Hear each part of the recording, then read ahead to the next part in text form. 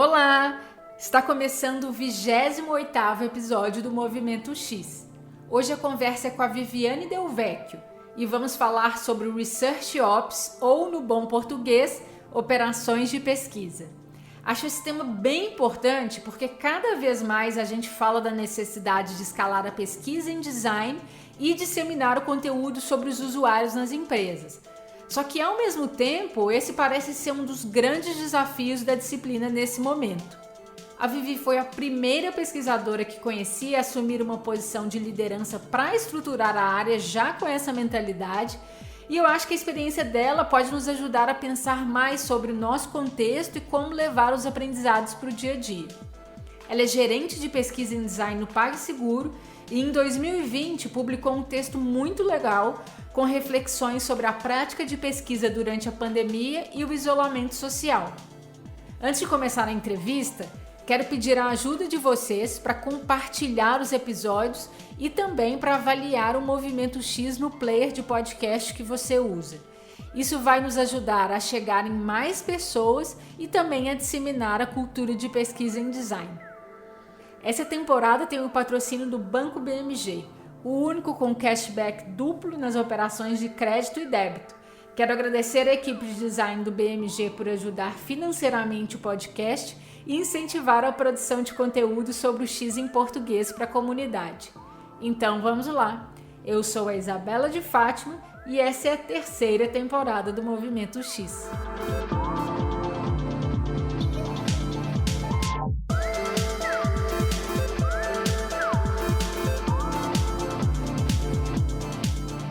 Oi, Vivi! Bem-vinda ao Movimento X. Muito obrigada por estar aqui no podcast e dedicar seu tempo para conversar com a gente. Obrigada, Isa, pelo espaço, obrigada pelo convite. E vamos trocar uma figurinha, ver se o que a gente tiver para falar pode ser útil para a galera que está ouvindo também. Eu gostaria de começar com você se apresentando brevemente e contando o que você faz e onde você trabalha.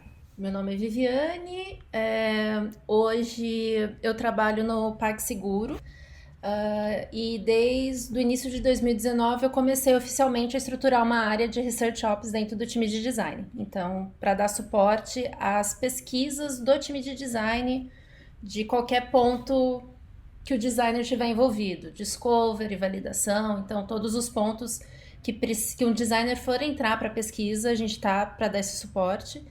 E eventualmente produto também. Algumas demandas mais específicas a gente atende produto mesmo sem design. De carreira, eu comecei minha formação em TI, então eu comecei como desenvolvedora, é um caminho meio atípico, e eu fui migrando para a área de UX, né? Quem começou a desenvolver, principalmente lá pelos 15 anos atrás, deve ter ouvido muito do tipo, usuário é burro, usuário que não sabe. E eu falava assim, gente, coitado do usuário, não é assim que a vida funciona. Então eu fui indo para a área de UX e fui migrando. Então, depois de trabalhar com desenvolvimento de software, eu fui front, projeto de design, UX, pesquisa. Trabalhei na Samsung por 2 anos numa área mais de inovação, então a gente fazia pesquisa bem para frente, experiências que pudessem gerar patente, mas aí como era muito para frente eu não sabia o que acontecia com o produto, né? Então a gente fazia pesquisa, pensava em algo e aí, as pessoas usam ou não, e nesse meu momento de crise existencial apareceu a oportunidade na Globo.com.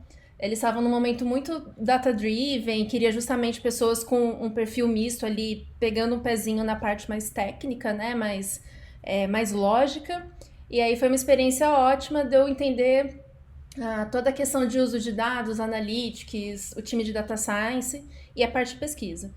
E aí, recentemente, por questões pessoais, resolvi voltar para São Paulo e deu certo a oportunidade no PagSeguro. Então, eu cheguei como especialista, e acompanhando projetos, uma das demandas que a Aline, que é a Head de Design, a Aline Alves, a Head de Design no PagSeguro, uma das coisas que ela falou eu quero a galera trabalhando mais com dados, com números, com pesquisas, vamos pensar o que a gente pode fazer. Então eu fiz todo um mapeamento para entender o que o time já fazia, qual conhecimento já tinha, o que o time queria fazer, que o mercado estava fazendo, e aí quando eu apresentei esse mapeamento para ela, nasceu a área de Research Ops, né? Nasceu essa estruturação que a gente está há 2 anos aí trabalhando quase.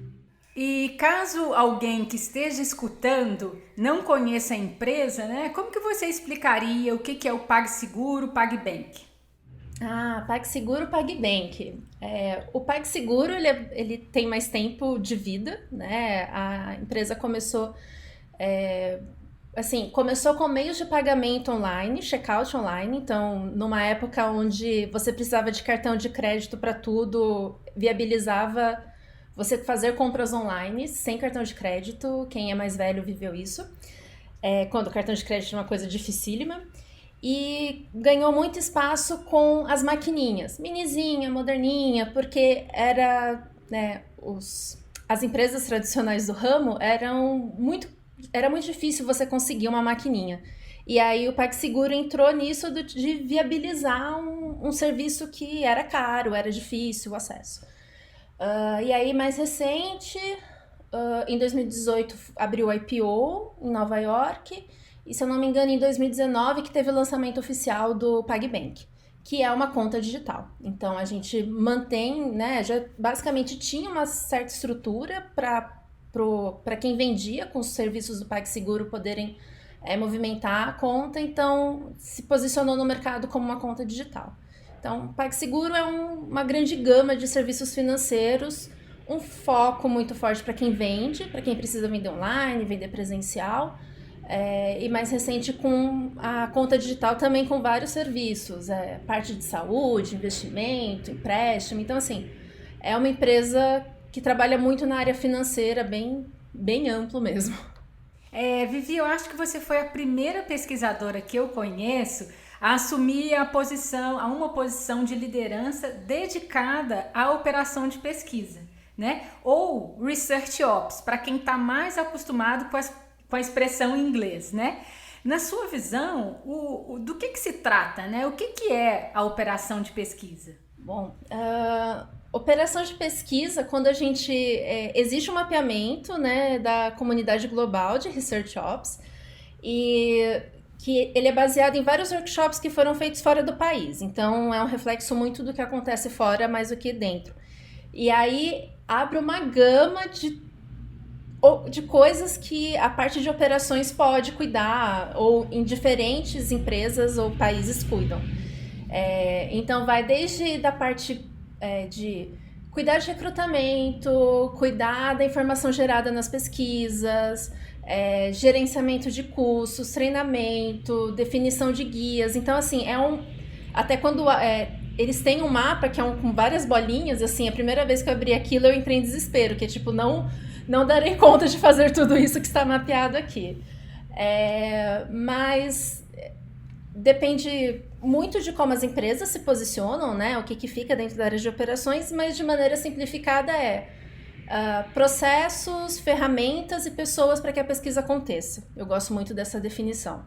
Então, o que precisa dentro da sua empresa para que a pesquisa aconteça? Seja você como área de pesquisa viabilizando, sejam outras pessoas fazendo pesquisa, mas o que a gente precisa colocar de pé para a pesquisa acontecer no dia a dia do projeto, no dia a dia da empresa.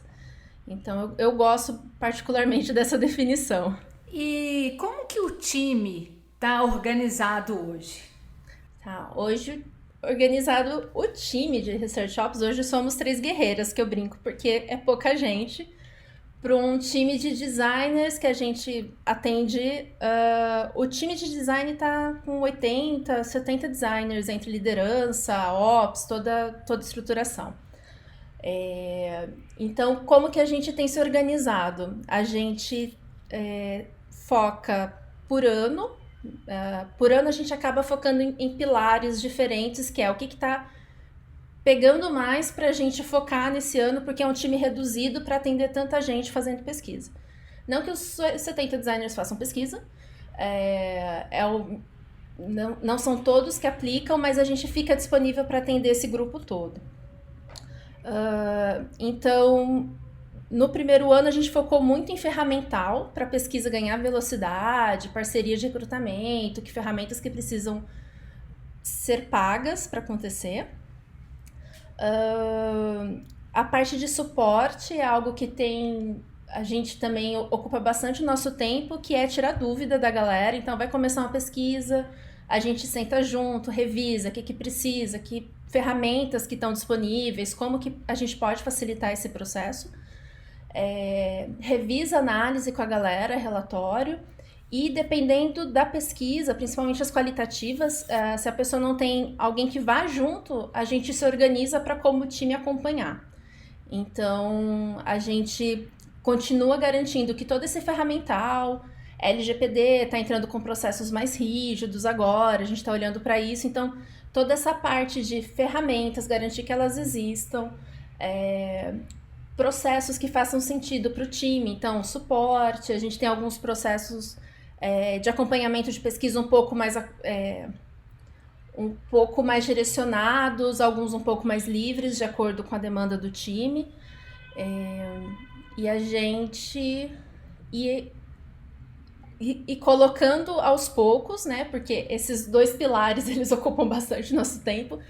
A parte em treinamento, porque não é escalável. Eu não sei se não é escalável, mas assim, eu já ouvi outras pessoas que faziam a parte de consultoria, acho que foi inclusive a Camila Borja no Movimento X, que ela comentou, gente, não é escalável ficar dando suporte pra galera, você vai ficando meio louco. Então a gente tem colocado um pouco mais o pé na parte de pesquisa e a parte de organizar as descobertas de pesquisa. É outra coisa que a gente está em passos um pouco pequenos andando para que isso tome forma e seja um processo viável e factível dentro do que a gente tem de demanda hoje dentro da empresa, que é bastante coisa. Então, como são muitas pesquisas, como organizar isso é um dos desafios que acho que tem muita gente se organizando quanto a isso e a gente está andando também como deixar isso de uma maneira fácil de se consumir. Eu tô muito curiosa para saber como que vocês estão lidando com esse desafio, que na minha opinião é um dos maiores desafios que nós temos. Mas antes disso eu queria, também tô curiosa para saber se no seu time vocês têm alguma forma de se dividirem, né? Seja em relação a técnicas ou métodos. Hoje a gente não se divide quanto a técnica e método, a gente assume que o time todo vai ter conhecimento, tanto qualitativo, quantitativo, discovery, validação, né? Então, assim, a gente acaba ficando com muitas cartinhas para lidar. O que a gente acaba se dividindo como time um pouco mais a gente tem uma pessoa que tem um foco mais nos processos, então toda a parte de recrutamento, compra, como que se dão os processos, como que acessa terceiro. Então a gente tem uma pessoa mais dedicada para a questão de processos e uma pessoa, e a gente se alterna também dedicado à consultoria, porque dependendo do caso, quando é uma consultoria que vai focar um pouco mais nas ferramentas que a gente tem, a pessoa de processo super dá conta e cuida dessa parte. Quando se trata mais de consultoria, orientação, fica com outra pessoa. Mas a gente, como é um time muito pequeno, a gente está em 3, a gente acaba trocando muito junto, a gente vai pro suporte juntos, porque a gente às vezes nem sabe o que vai acontecer. Do tipo, a pessoa só precisa... Ela só quer orientações fáceis, ela tá vindo com uma bucha que a gente não sabe nem por onde começar. Então a gente acaba, pelo time tá bem pequeno, a gente acaba se organizando e a parte da pesquisa, às vezes a gente faz, mas a parte da pesquisa a gente deixa com os designers. Então a gente não aplica a pesquisa justamente porque as outras atividades do dia a dia, esse suporte acaba demandando muito do nosso tempo. E como, em quais momentos o time atua, né? Conta um pouco mais pra gente. O suporte a gente trabalha muito por demanda dos próprios designers. Então, como PagSeguro tem muitos produtos em momentos diferentes, projetos que estão ali nascendo, projeto que já está acontecendo, a gente acaba se organizando com uma agenda que fica disponível para os designers para eles irem e pegar horário. A gente pede algumas informações, mas assim, essa demanda que vem dos designers pra gente, ela é bem livre. A gente tem blocos de horários, a galera pega, calenda ali, marca e a gente dá suporte. Pesquisas que talvez sejam um pouco mais delicadas, ou que a gente vai ter que acompanhar um pouco mais de perto, ou eventualmente aplicar, aí a gente entende que elas vêm da liderança. Então, se a liderança de design está com uma pesquisa mais delicada, ou que precisa de um acompanhamento mais próximo, então aí essa demanda vem da própria liderança de design. A gente se alinha e acompanha mais de perto. Porque esse suporte vira praticamente um serviço para os designers no dia a dia. Então, assim, tenho dúvida de pesquisa, vim da área de vision, nunca apliquei, agora eu vou ter que fazer uma, pediram, como é que eu faço? A gente está ali para dar esse suporte, né? É difícil todo mundo ter uma experiência, uma bagagem muito grande em pesquisa, porque a pesquisa tem muito da vivência. Então, essa parte de ter o suporte acaba sendo quase que um serviço para o time de design. E aí, esse acompanhamento um pouco mais rígido, digamos, acaba sendo por demanda dos líderes, né? Que aí a gente senta com o designer e acorda tudo que vai ser entregue, qual vai ser o processo e aplicação, mas ainda assim é o designer que aplica a pesquisa, porque para dar essa escalabilidade, né? Que é a palavra mágica que o pessoal gosta de usar, né? E por que vocês decidiram atuar dessa forma, né? Pelo que eu estou entendendo, vocês montaram um time, né? Que é uma especialização de design, né? Que é esse time de pesquisa em design UX. E vocês decidiram, então, que vocês atuariam não fazendo pesquisa. Conta mais as motivações dessa decisão. Essa é fácil de responder, que a gente percebeu que o PagSeguro ele tem um ritmo muito insano, muito grande. Acho que assim, de colegas que trabalham com pesquisa, acho que eu ouvi com muita frequência poxa, peguei o projeto, fiz a pesquisa, quando cheguei com o relatório já tinha andado com o projeto, já tinha mudado tudo, não precisava mais da pesquisa. Então, para não cair nessas duas dores, que é virar um gargalo, né? Coisas que a gente, talvez em estruturas, que a gente talvez tenha vivenciado em outros momentos de mercado, né?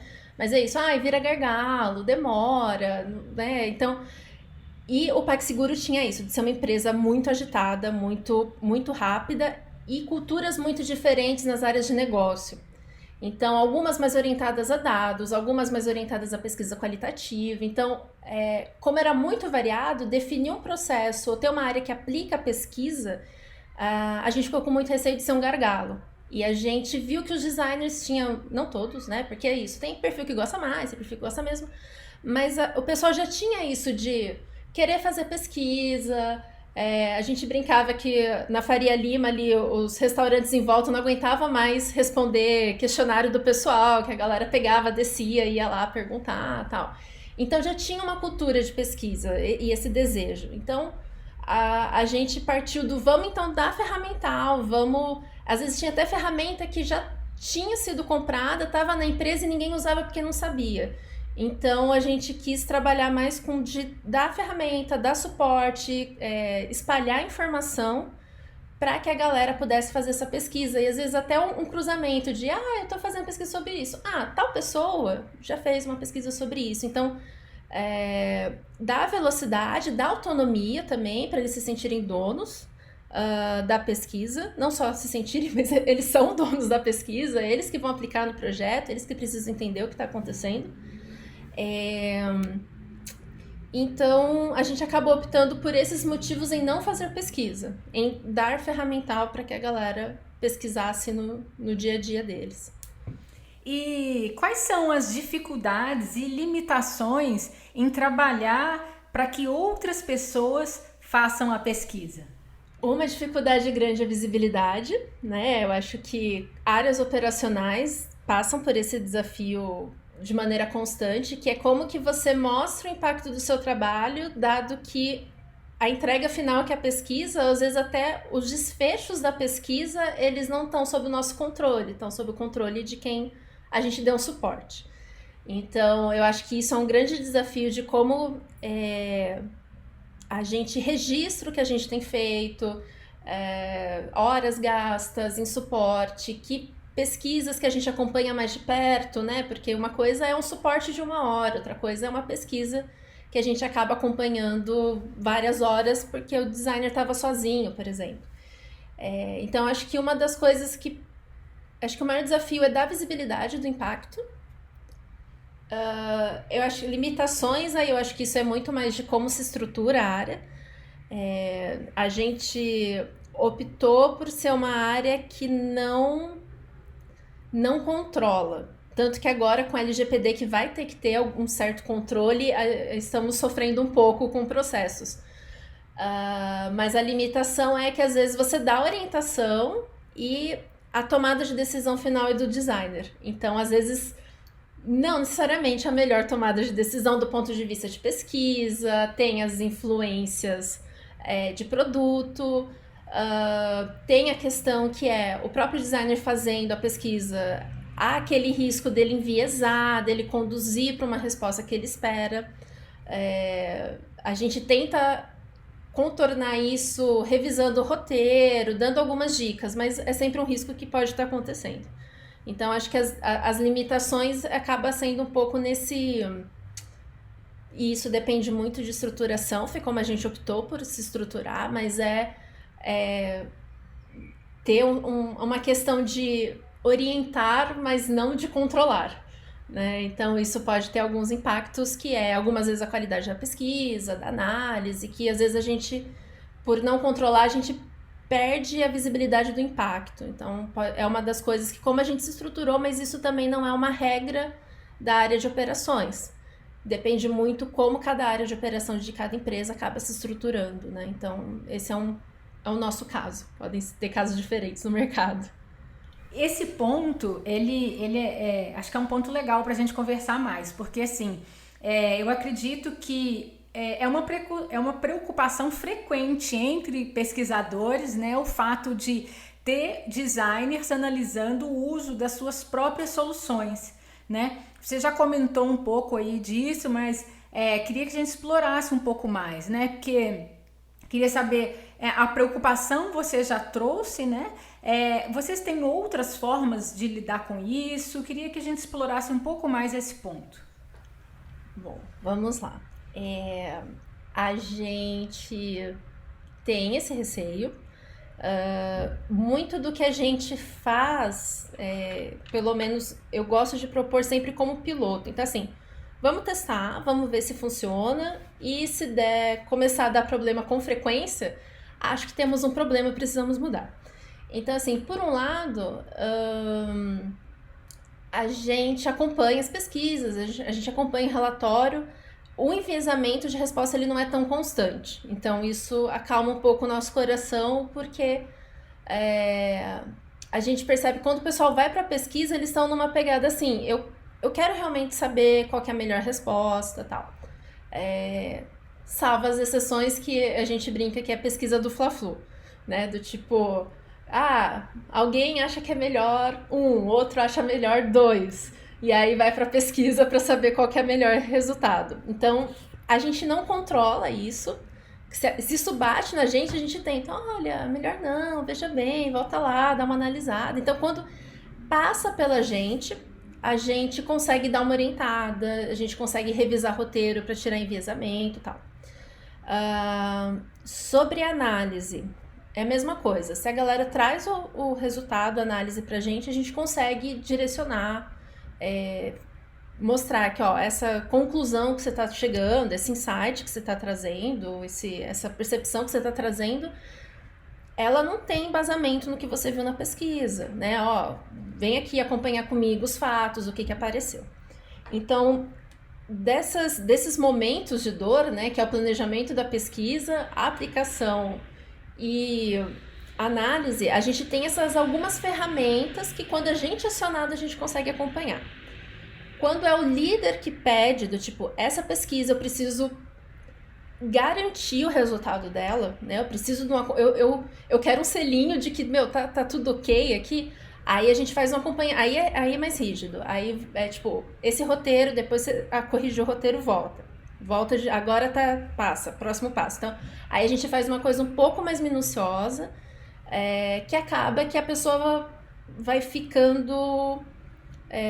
vai entendendo os processos de pesquisa e vai aplicando de uma maneira que não enviesa.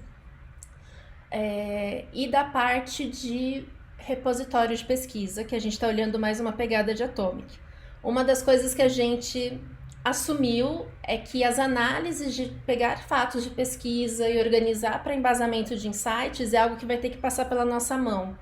Não vai ter como deixar isso para que o time faça, uma por questão de tempo, e outra por essa análise crítica de quem está um pouco mais de fora para olhar para aquela pesquisa, para aquele resultado e falar, ok, isso de fato está dizendo isso, né? Eu que estou fora desse produto, eu que estou olhando de uma outra maneira nesse resultado, que é um jeito que a gente está optando para também tirar um pouco do viés de análise e desse ponto de chegar do fato até a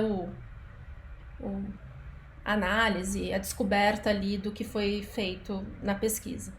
Então essas são algumas ferramentas que a gente acaba usando ali para ir melhorando essas questões, mas é um trabalho diário e não é um trabalho que a gente controla, que a gente garante. Então, se tem pesquisas acontecendo, e como a gente dá esse espaço do tipo, se o designer se sente seguro para aplicar uma pesquisa, aplique, a gente não controla. Então, pode estar dando super certo, as pessoas fazendo pesquisas super bonitinhas, mesmo a gente sem ver, pode ser que não. E aí é um risco que a gente acabou assumindo nesse processo, nessa estruturação que a gente fez, entendendo esse contexto da empresa e essa expectativa, né? Então, a gente tem trabalhado desse jeito. E como que vocês fazem para zelar pela qualidade das pesquisas, ao mesmo tempo em que a prática em que vocês têm que escalar, né, a prática dentro de um time que, como você disse, só cresce, né? Que o ambiente da empresa é muito dinâmico e vocês estão crescendo. Como que vocês lidam com isso? A gente acaba lidando com... A gente não garante a qualidade da pesquisa. A parte de treinamento, a gente tem pegado um pouco para tentar melhorar essa questão da qualidade. A questão e os suportes que a gente tem e esse ferramental para os líderes de acompanhamento. Então, esse acompanhamento mais pontual é o ponto onde a gente fica juntinho para garantir a qualidade, mas a resposta resumida não, a gente não garante qualidade, a gente vem trabalhando com ferramentas para a galera usar essas ferramentas, mas às vezes acontece, a gente não tem feito esse trabalho de controle, a gente tem feito esse trabalho mais de ferramental. Então, treinamento, os processos, essa porta aberta para essa troca ficar mais fluida, são coisas que a gente tem usado para ajudar no dia a dia. Mas a gente não garante a qualidade da pesquisa. Quais são os elementos e componentes que compõem esse sistema ou ecossistema da operação da pesquisa? Tá, bom. O ecossistema da operação de pesquisa hoje no PagSeguro, eu vou falar um pouco de ferramentas e estruturas, vamos assim dizer. Então, ferramentas são o processo de suporte, que o designer pode acionar, o processo de acompanhamento de pesquisa que os líderes podem demandar. A gente não acompanha de perto o dia a dia dos projetos, então isso a gente talvez seja uma opção um pouco passiva, que a galera procura a gente.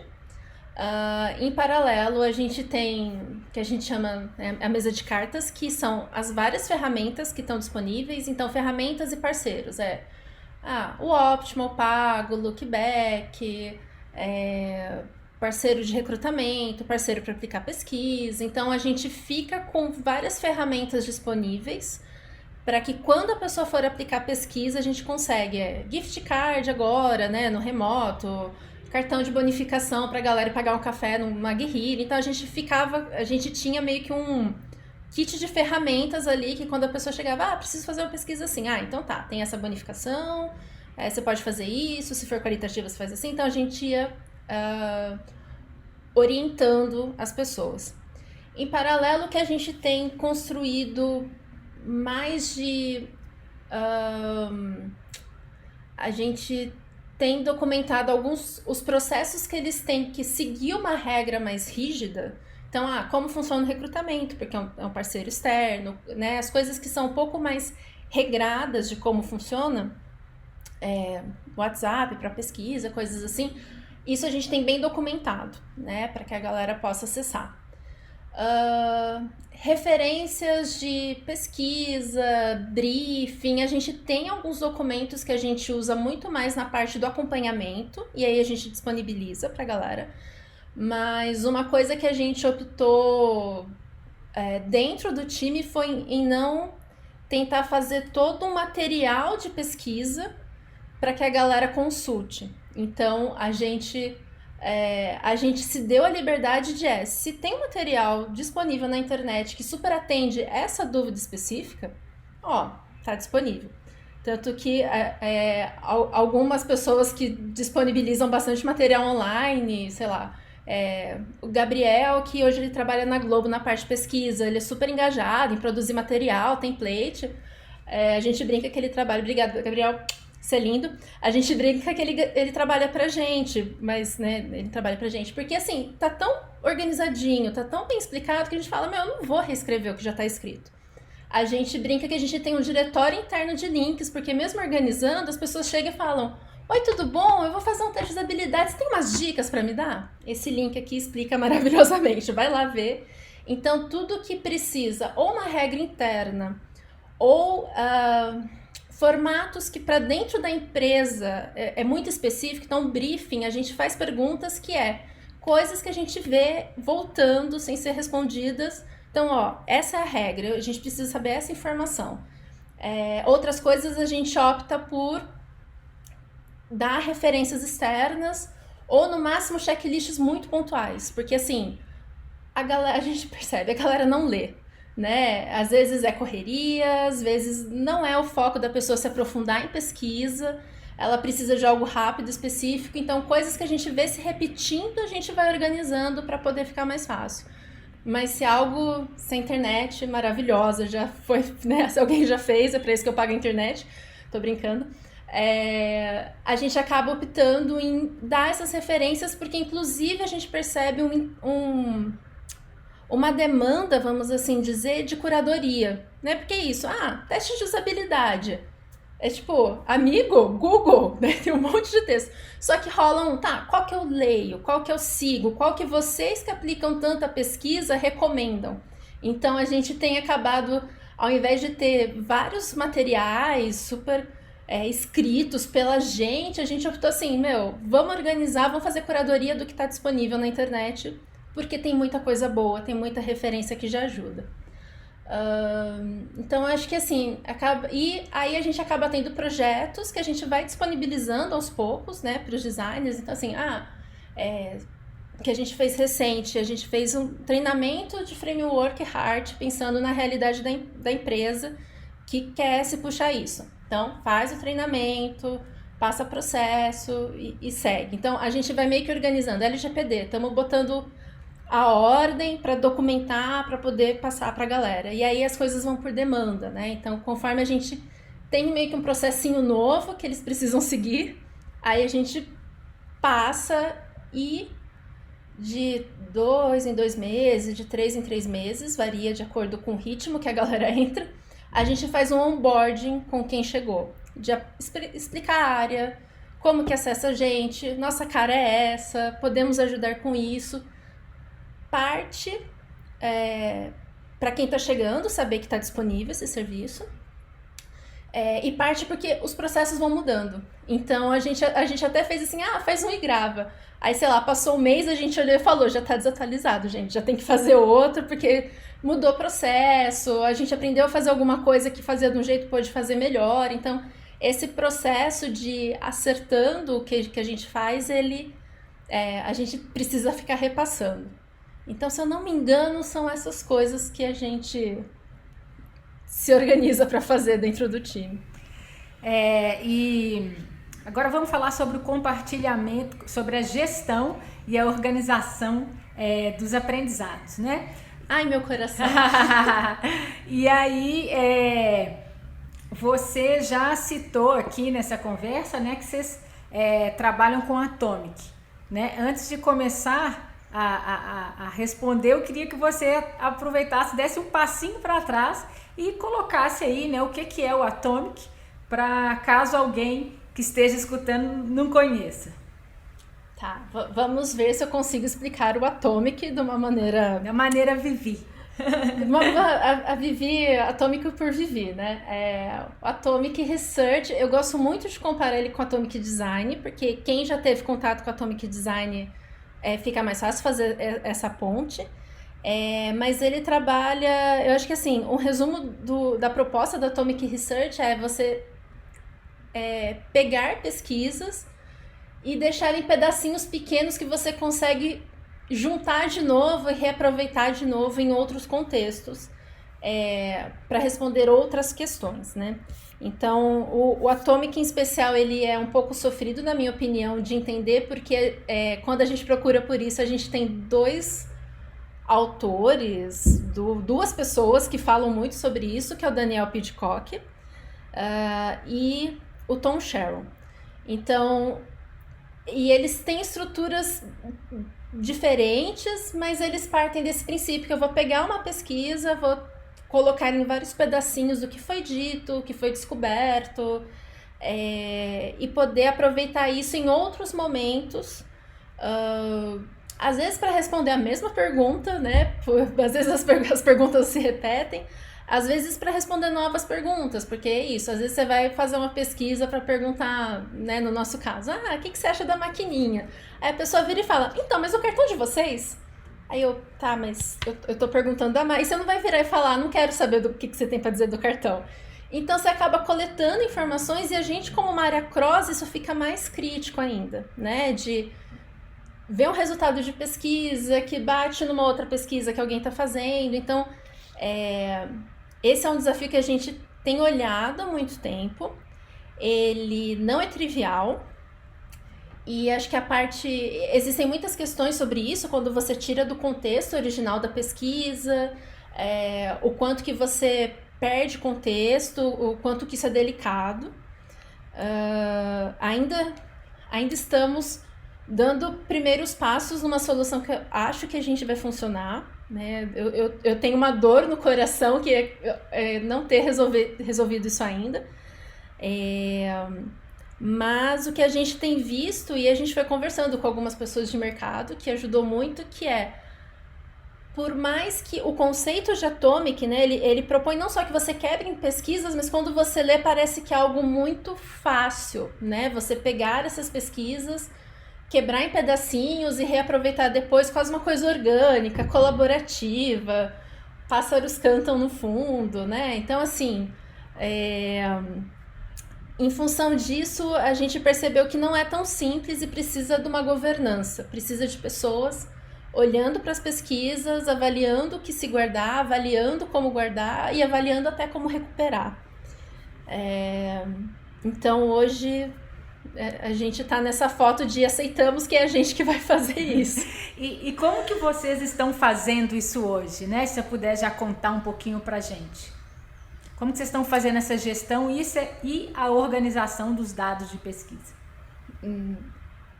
Hoje, exatamente hoje, não estamos. Hoje a gente está testando o Notion para ter uma segurança de que ele vai atender.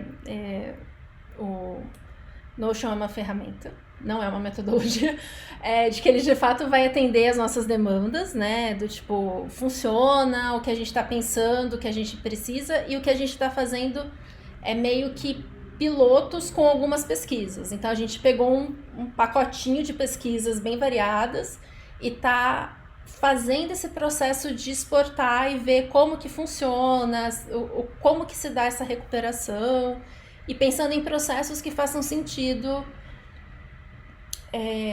a longo prazo, né, para dar a questão de priorização. Mas o que a gente está hoje com muita esperança no coração é organizando, fazendo meio que pilotos com pesquisas que já rodaram. Então, para trabalhar com dados reais, para trabalhar com findings, o que funciona, o que não funciona. Então, a gente está meio nesse momento de testar a ferramenta já com uma estrutura. E já várias coisas assim, colocamos isso, isso aqui não tá funcionando, muda. E se a gente organizar assim, isso aqui funcionou, legal, mantém. Isso aqui, não, esse tagueamento vai ter que ser de outro jeito. Então a gente tá colocando a mão para ver o que para de pé e o que não para. O compartilhamento e a comunicação dos aprendizados da pesquisa, eles são super importantes para criar uma cultura de pesquisa, né? O que vocês têm feito? O que tem funcionado para vocês? Bom, vamos lá. O compartilhamento hoje fica muito mais com os designers. Então, eles acabam sendo os guardiões de pegar essa pesquisa, colocar debaixo do braço e batendo para todo mundo que precisa ouvir o resultado. Acho que assim, coisas que historicamente funcionaram muito bem na empresa, eu não sei nem como chamar, às vezes a gente chama de sumário, que é realmente um super resumo, quase um infográficozinho do que teve na pesquisa. Tá? A pesquisa foi para isso, coisa que executivo gosta de ouvir. Pesquisa foi para isso, descobrimos isso, se quiser detalhes está aqui. Então assim, muito, muito pontual. Tem funcionado. A gente tem evitado também, a gente tem orientado os designers a não entrar em detalhes de processo quando vai levar. Então, assim, dá uma foto do que foi e já entra em resultado, já entra em sites. Não precisa guiar as pessoas dentro de toda a sua linha de raciocínio. Pode ser algo bom, pode ser algo ruim, né? Mas a sensação que a gente tem a galera recebe o resultado. Tipo, você tá me falando que, funciona? Beleza, vamos daí. Então não tem isso assim, tipo, precisa convencer a galera sobre a linha de raciocínio e ter, lógico, na manga algo que se a pessoa quiser entender um pouco mais a fundo, de onde que veio, não ficou claro, aí você tira todo o processo de um material um pouco mais detalhado, que é muito mais um controle seu do que para compartilhar conhecimento. E a questão de também não só apresentar o resultado, mas já co-criar alguma coisa junto, já trazer para uma criação, para um pensamento mais crítico em cima daquilo que está sendo apresentado. Então, eventualmente, até trazer os dados um pouco mais crus, em alguns casos, para a galera questionar, entender, do tipo, o que vocês estão entendendo disso? A gente chega em alguma conclusão? Para dado quantitativo, principalmente, eu achei bem legal uma designer que trouxe isso. Ela falou, eu não escrevo os insights, os números, do que os números estão dizendo. Eu tenho eles todos na minha manga, eu já analisei aquilo, mas eu mostro pro time e falo, e aí, o que vocês estão vendo? Para que a galera se sinta dono dessa descoberta, se sinta dono desse momento, do tipo, não é alguém que jogou uma informação aqui, eu criei essa informação junto, eu critiquei essa informação e aí isso tem dado resultados interessantes, a galera se sentir mais dono, da galera engajar mais ali no que está sendo apresentado. Quais são os atuais desafios de escalar a pesquisa dentro do PagSeguro PagBank e como que vocês estão resolvendo? Então, vamos lá. Acho que um desafio que a gente tem visto é justamente a questão de organizar as descobertas das pesquisas anteriores, porque talvez isso não diga tanto sobre escalar no sentido de poder ser feitas mais pesquisas, mas de poder justamente não precisar fazer mais pesquisas. Às vezes a gente já tem muito conhecimento dentro de casa, que pode ser um ponto de partida e a gente não está usando. Então isso é uma coisa que a gente quer resolver para não escalar a pesquisa, mas escalar o conhecimento sobre o usuário. Eu acho que é esse o objetivo de ter isso atomizado, organizado, fácil de recuperar, ou pelo menos com um processo, que é o que a gente está avaliando, um processo de recuperação constante de informação. Então, e aí o que a gente está fazendo é isso, pensando num processo que seja viável, para que a gente consiga justamente não fazer pesquisa, né? Poder partir de um conhecimento que já existe, que a gente sabe que ele já existe e às vezes ele está perdido, foi numa pesquisa, é difícil de recuperar, tá? Acho que outra coisa que a gente tem como desafio, como área, é conseguir dar suporte, é o que a gente fala para PO sem designer. Então, assim, existem, não só designer precisa fazer pesquisa para produto, os POs também têm, às vezes, algumas demandas específicas, e hoje a gente não tem pessoas disponíveis, porque pesquisa demanda tempo, todo o processo de alinhamento, definir a pesquisa, aplicar, analisar, apresentar esse resultado e tal. E isso é algo que a gente gostaria de ajudar, só que aí a gente precisa ajudar fazendo pesquisa. E como estamos resolvendo, no momento não estamos, né? Para isso a gente precisa, de fato, contratar mais gente, trazer mais gente para dentro de casa, para que outros pratinhos não caiam ali no dia a dia. Então, eu acho que esses são os desafios, acho que principais de escalar a pesquisa, e aí acho que eu não sei se é um desafio de escalar, acho que entra um pouco mais na questão da qualidade. Não foi o que você perguntou e eu estou respondendo, se você não se importa, posso seguir? Beleza? Com certeza. A questão da qualidade, a gente gostaria de ter pesquisador por área de negócio. Então, não que necessariamente precisa fazer toda a pesquisa, mas pessoas que consigam acompanhar mais de perto o dia a dia dos designers dentro do projeto. Então, dentro de uma mesma área de conhecimento, esse é o sonho de princesa, e cai também na questão de ter pessoas para poder aplicar isso. Então, pessoas que estão ali um pouco mais próximo do dia a dia dos designers, que é um contato um pouco mais fácil, porque por mais que a gente tenha horário, a gente apresenta, fala, galera, procura a gente está aqui para vocês, olha quanto amor, às vezes rola esse, é o tempo de vocês, estou incomodando. Então a gente queria pessoas mais ali no dia a dia. A gente rodou isso com uma área de negócio específica, de ter uma pesquisadora dedicada, e a gente viu que ajudou muito a dar vazão a pesquisas que às vezes não aconteciam, porque daí eles tinham uma pessoa dedicada para a pesquisa. Então a gente gostaria de ter isso para mais áreas de negócio, que eu acho que ajudaria a escalar e a melhorar a qualidade, eu acho. Acho que é isso. A equipe de operação de pesquisa tem indicadores próprios ou vocês trabalham com os objetivos da empresa? A gente tem indicadores próprios,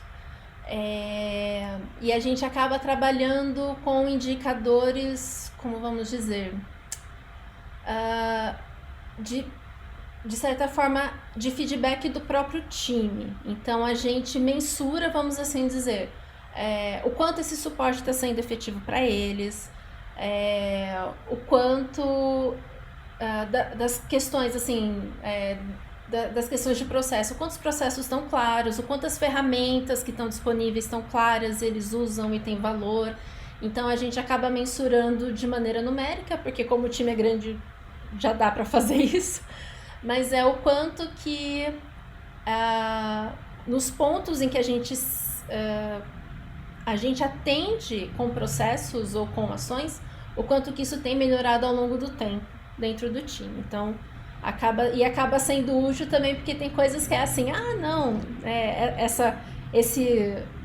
esse onboarding, sempre que chega gente nova, né, que a gente vai, apresenta de novo, foi disso, assim, a gente já falou para todo mundo, agora todo mundo sabe, tá ótimo. Aí aplicou uma dessas pesquisas que a gente faz de maneira constante, de 3 em 3 meses, de 3 em 3 meses a gente está fazendo, e aí apareceu assim, a gente não sabe como acessar, meu Deus, né? Fiz tudo errado. Não fiz tudo errado, mas assim, esses indicadores, eles vão mostrando de que tá clara a comunicação, estão claros os processos, então que todas essas ações que a gente está dando de suporte estão de fato chegando no dia a dia do time.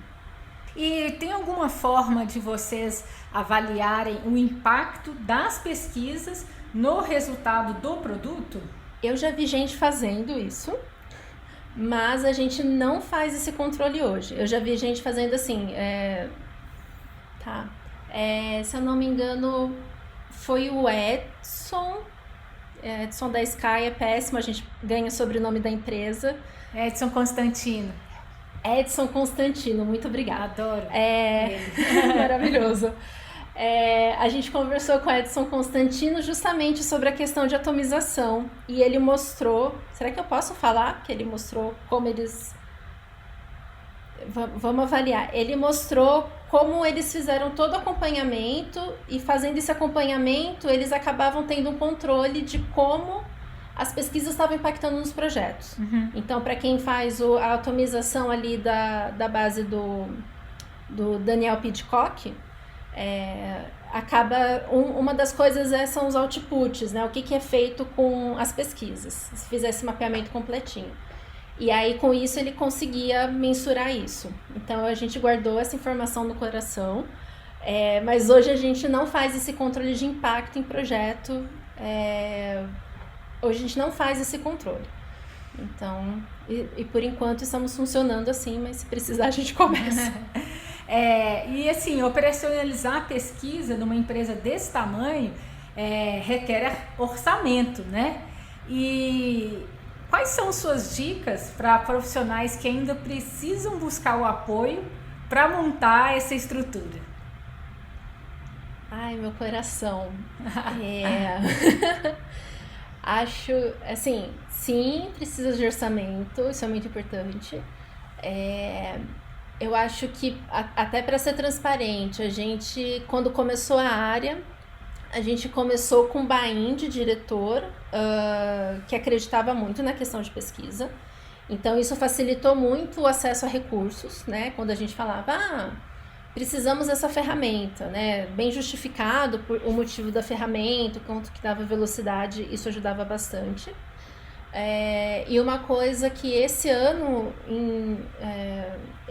eu acho que é o segundo planejamento de orçamento que eu faço para a área, eu estou colocando como suporte as informações as pesquisas que já usaram essas ferramentas. Então, nesse caso, eu tenho o benefício de sair de ferramentas que já estavam contratadas, então a gente já conseguiu usar em pesquisas.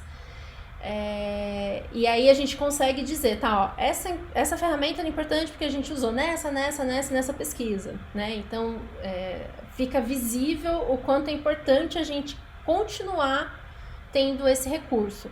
E acaba sendo até um reflexo para a nossa tomada de decisão, que se eu não usei essa ferramenta, se nenhuma pesquisa, né, foi pouco utilizada essa ferramenta, está com baixo uso, será que eu preciso continuar? Será que faz sentido eu manter? Né? Então,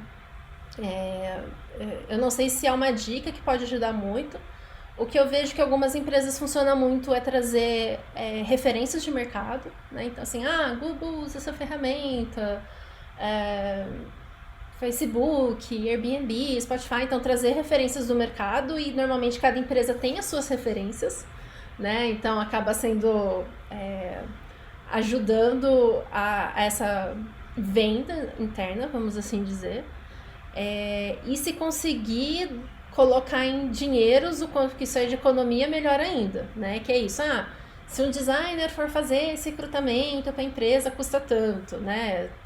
Sempre lembrando que a gente custa o dobro para a empresa, né? Essa é uma informação importante.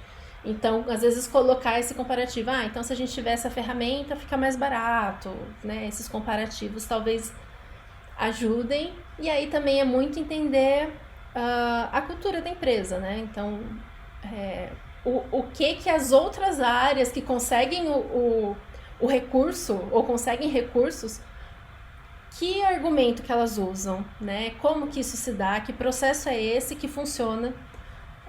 Pode ser uma inspiração para você trabalhar com como você vai vender, no bom sentido, o valor da área que você está estruturando. Se você olhasse para trás, né, toda essa história de construção desse time, desses processos, tem alguma coisa que você faria diferente? Assim, existe o lado pessoal Vivi, que existem coisas que, por mais que tenham sido de alguma maneira problemáticas, eu tenho dificuldade de não olhar para isso como algo que me ajudou a chegar onde eu estou hoje.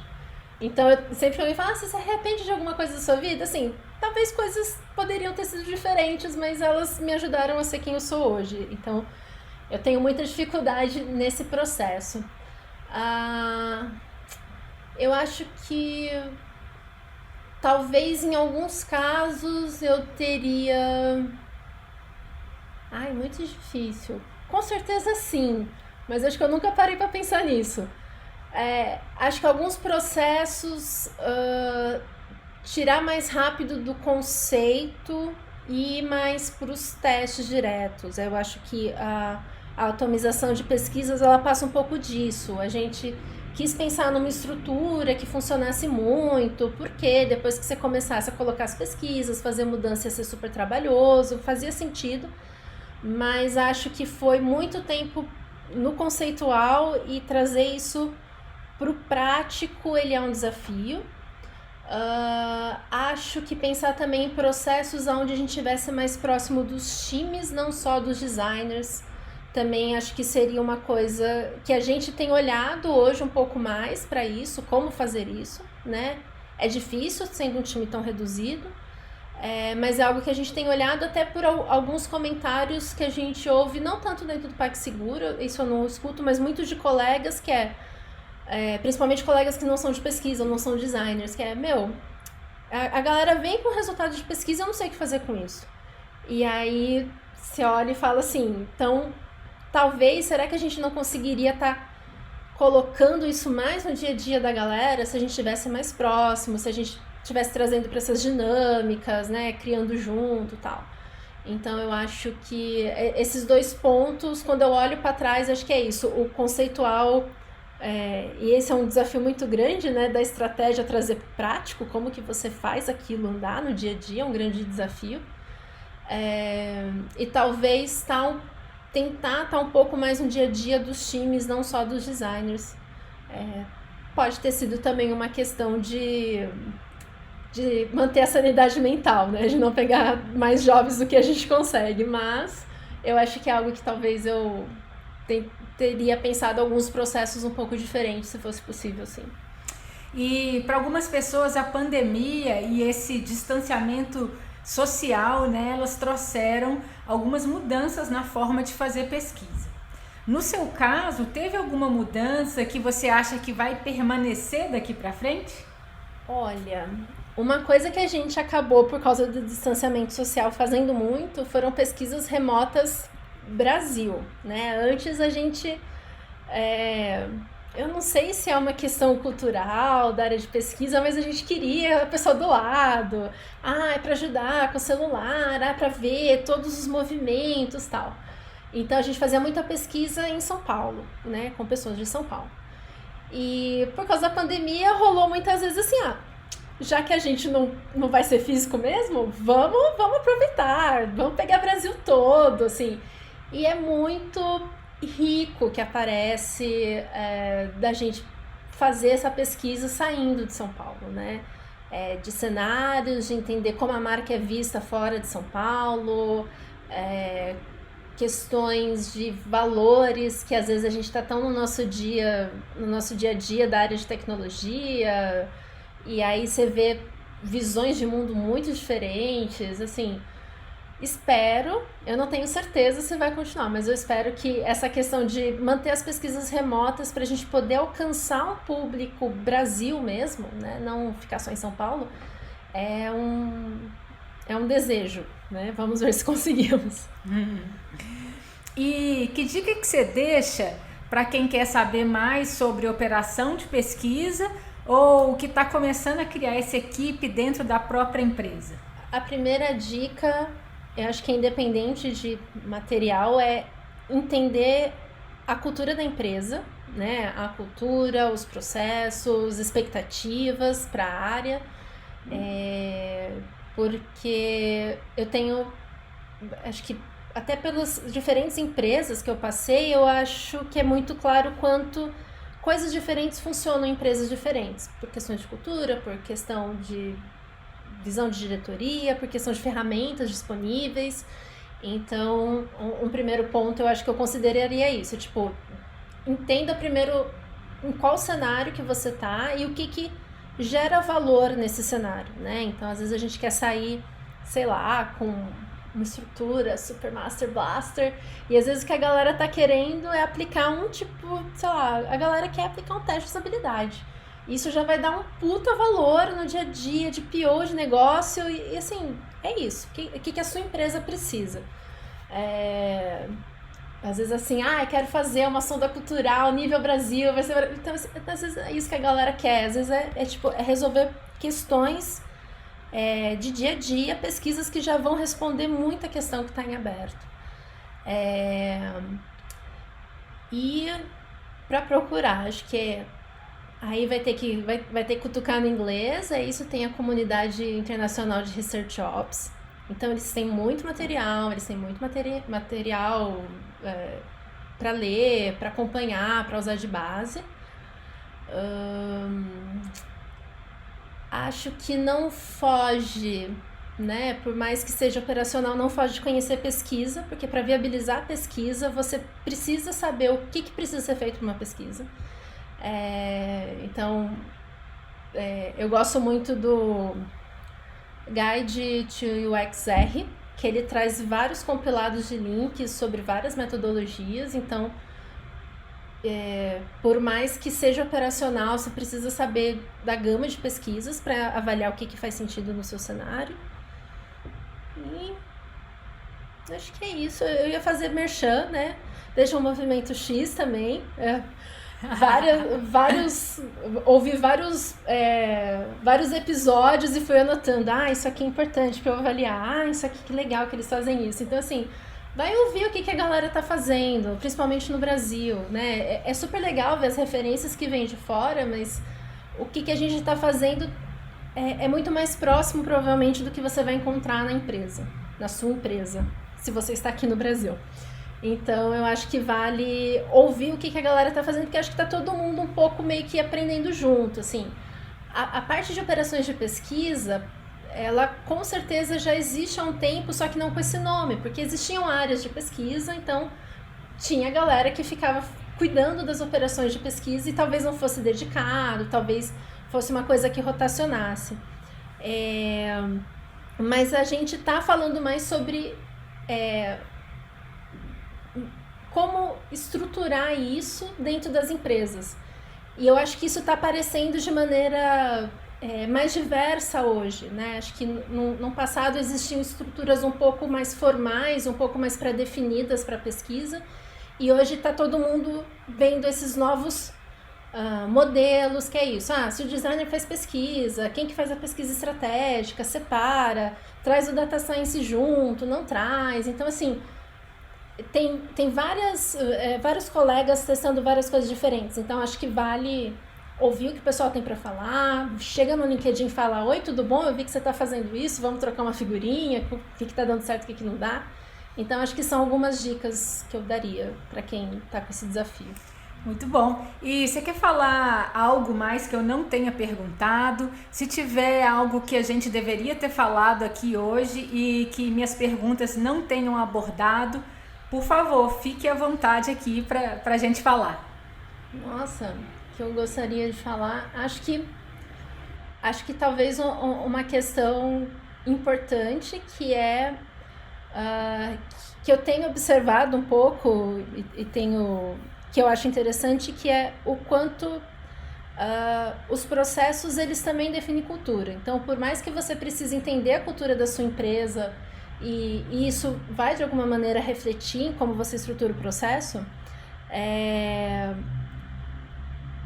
como você estrutura os processos, as ferramentas, como comunica as coisas para a galera, você está definindo cultura. Então, quando você é uma área de pesquisa que puxa a questão, precisamos levar em consideração a questão de diversidade na hora do recrutamento, por exemplo. Então, assim, uma área, por mais que a gente esteja falando de processos, a gente está guiando tomadas de decisões, a gente está guiando pesquisas.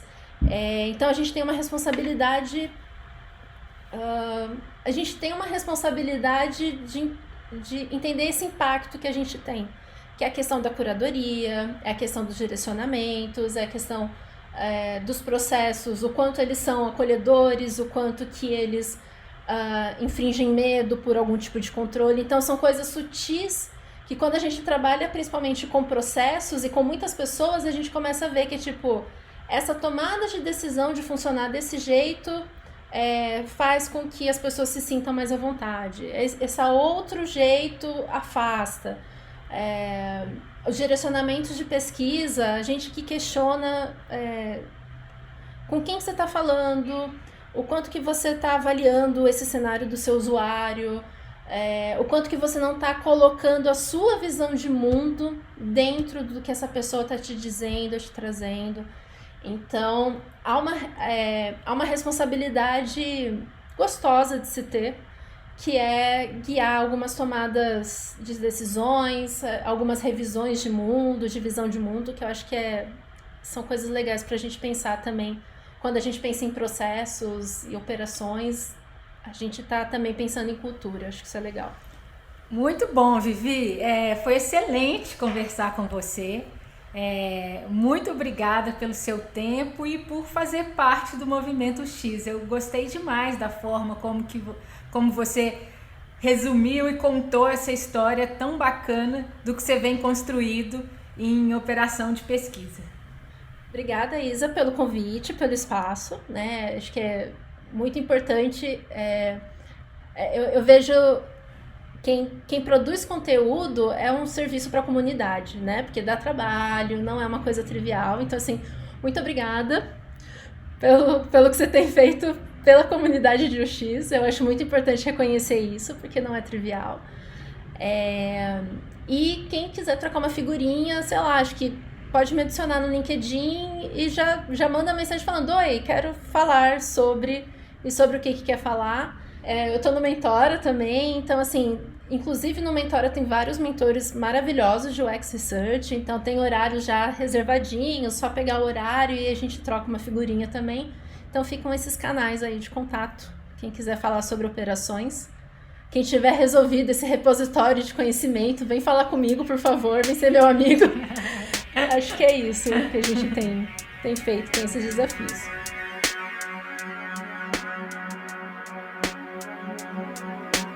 Chegamos ao fim deste episódio e eu espero que você tenha gostado. Essa temporada tem o patrocínio do Banco BMG, o único com cashback duplo nas operações de crédito e débito. Um super obrigada à equipe de design do BMG por apoiar financeiramente o podcast e incentivar a produção de conteúdo sobre o X em português para a comunidade. Compartilhe esse episódio e avalie o Movimento X no seu player preferido. Isso vai ajudar o podcast a chegar em mais pessoas e disseminar a cultura de pesquisa em design ainda mais. Obrigada por ouvir até aqui e até a próxima entrevista.